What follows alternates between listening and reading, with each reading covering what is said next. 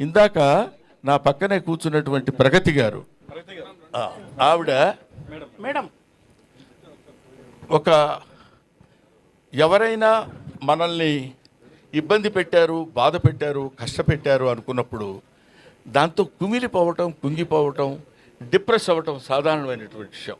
అది human nature, అది తప్పదు. గబుక్కున ఏంటే నీ మొహం అన్నాడు అనుకోండి, అబ్బా ఇలా అన్నాడు ఏంటని బాధ. దాన్ని ఛాలెంజింగ్గా తీసుకుని life is a game, you should play it.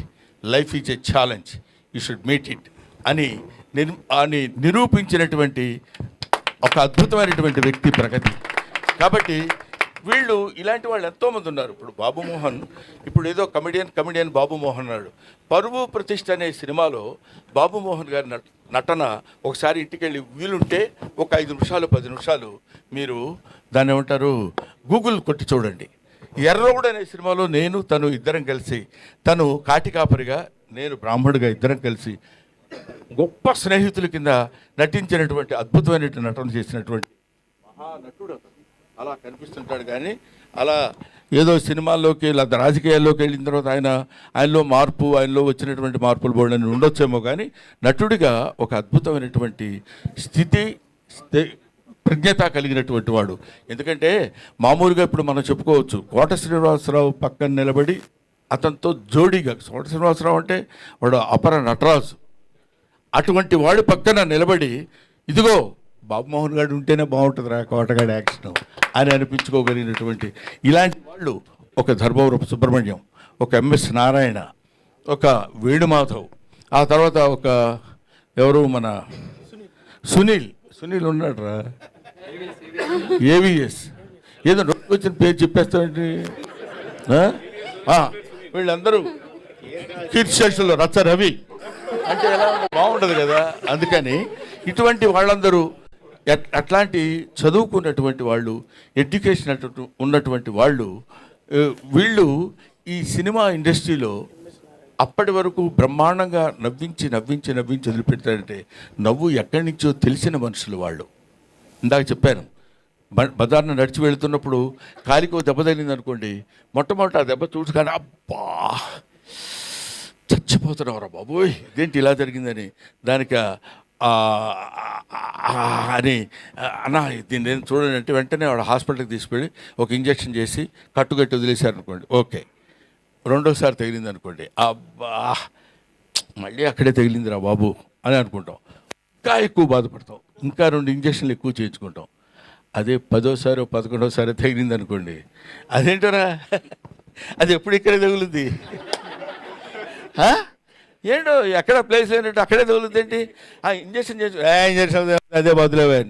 అక్కడి నుంచి అంతటి విషాదం నుంచి కామెడీ పుడుతుంది. కాబట్టి ఆ కామెడీ నేర్చుకొని మీ అందరికీ పంచిపెట్టేటువంటి ఈ హాస్య నట బృందాన్ని, మీరందరూ హాస్యాన్ని, ఎందుకంటే ఒక హాస్యం ఎంత గొప్పదంటే ఇంకా నేను చాలాసేపు చెప్పగలను, మరీ ఇంత హింసించకండి సార్, వాళ్ళు భోజనాలు పెడుతున్నారా ఉన్నాయంట, అయితే పర్లేదు చచ్చినట్టు వినాలి మీరు.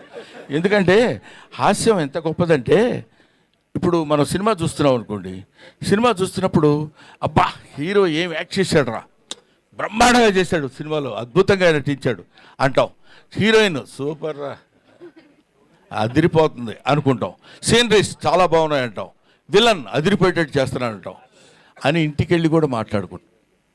కానీ కామెడీ ఇక్కడ కూర్చొని గంభీరంగా అలా ఉండి ఇంటికి వెళ్ళిన తర్వాత వాడు కామెడీ బాగా చేశాడే అని అనం, అక్కడ చచ్చినట్టు నవ్వాలి. అలా నవ్వించగలిగిన వాడే కమెడియన్, అలా నవ్వించగలిగిన వాడే రియల్ కమెడియన్. ఇట్లాగా ఇలాంటి కమెడియన్స్, ఇలాంటి వాళ్ళు నాకు తెలిసి అన్ని భాషల్లో కమెడియన్స్ ఉన్నారు, కానీ తెలుగు భాషలో ఉన్నంత వైవిధ్యం కలిగినటువంటి హాస్య నటులు చాలా తక్కువ మంది మిగతా ఇండస్ట్రీస్లో ఉన్నారు. We feel proud to say that we are the comedians of Telugu film industry. ఎవడగోల వాడు సినిమా ఒక అతను కొనుక్కున్నాడు హిందీలో, ఎవరో కాదు హీరో, అతని పేరేంటి, ఒక హీరో యంగ్ హీరో పేరు గోవింద, కొనుక్కొని అతను ముచ్చటపడి కొనుక్కున్నాడు హిందీలో తీయమని. కమెడియన్స్ లేక ఇంకా సినిమా తీయలేదు, అక్కడే ఉంది బాక్స్. అది అంటే ఏమైనా అటువంటి స్థితిలో ఇటువంటి పరిస్థితుల్లో ఇన్ని సంవత్సరాల సుదీర్ఘమైనటువంటి ప్రయాణానికి సహకరించినటువంటి మీ అందరికీ నా హృదయపూర్వకమైన నమస్కారాలు తెలియజేస్తున్నాను. ఇందాక మాట్లాడిన వాళ్ళలో మన రచ్చరవి బాగా మాట్లాడాడు అంటాను అనుకుంటున్నావు కదా నువ్వు, చాలా సరే అది విషయం. తర్వాత ఎవరు మన మిత్తిరి సత్తి ఎక్కడ ఆ మాటలు రామ్మోహన్ రెడ్డి, ఓహో జితేంద్ర నువ్వు వచ్చావా, రామ్మోహన్, తర్వాత మూర్తి గారు, వీళ్ళందరూ మాట్లాడుతుంటే వాళ్ళు that words come from their heart. ఏదో రెండు ముక్కలు మాట్లాడి వెళ్ళిపోదామని కాదు. నాగేంద్ర కుమార్ గారు, నాగేంద్ర కుమార్ మై స్టూడెంట్ అతను. కాబట్టి వీళ్ళందరూ నన్ను ఇంత ఆశీర్వదించి ఈ స్థితికి తీసుకొచ్చినప్పుడు నవ్వుతూ చించండి చింపండి అని రాశారయ్యా. Thank you very much. అందుకని మాట్లాడటం అనేది ఒక ఆర్ట్. ఎవడు పడితే వాడు మాట్లాడటానికి కుదరదు. ఏదో మైక్ ఇచ్చాం కదా అని ఏదో ఇప్పుడు ఒక అతను మాట్లాడతాడు, చెప్తా చూడు. సోదరి మండలారా,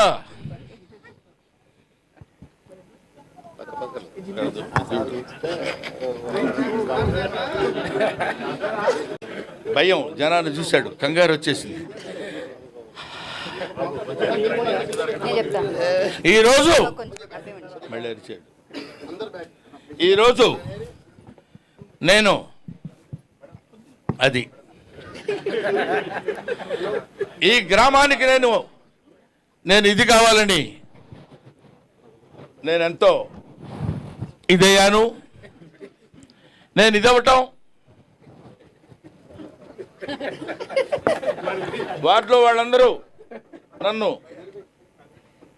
ఇది చేయటం, నేను ఏదో రకంగా ఇదయ్యాను. కానీ ఒక్క విషయం నేను మీకు అది ఇలాగా రకరకాలుగా మాట్లాడే వాళ్ళు ఉంటారు. అలాంటి వాటిలో సబ్జెక్ట్ లేకుండా మాట్లాడటం చాలా కష్టం. ఇప్పుడు బాబుమోహన్ అనేటువంటి వాడు చాలా గొప్ప నటుడు, అంతేకాకుండాను అటువంటి మహనీయుడు ఇలాగా రకరకాలుగా రకరకాల పద్ధతుల్లో ఇష్టమైన ధోరణిలో మాట్లాడుకుంటూ వెళ్ళిపోకుండా కంటెంట్ ఉన్నతోటి హృదయంతో మాట్లాడేటువంటి ఈ ఫంక్షన్కి నా హృదయపూర్వకమైన నమస్కారాలు తెలియజేస్తున్నాను. ఇక్కడ నట భీష్ముడు మా ఎవరు లంక భద్రాద్రి శ్రీరామచంద్రమూర్తి గారు ఉన్నారా, వెళ్ళిపోయారా? ఎల్బి శ్రీరామ్ గారు, లంక భద్రాద్రి శ్రీరామచంద్రమూర్తి గారు అంటే ఎంఎస్ నారాయణ ఆయన మీద జోక్ వేశాడు. మీరు ఎంత కాంట్రవర్షియల్ పర్సన్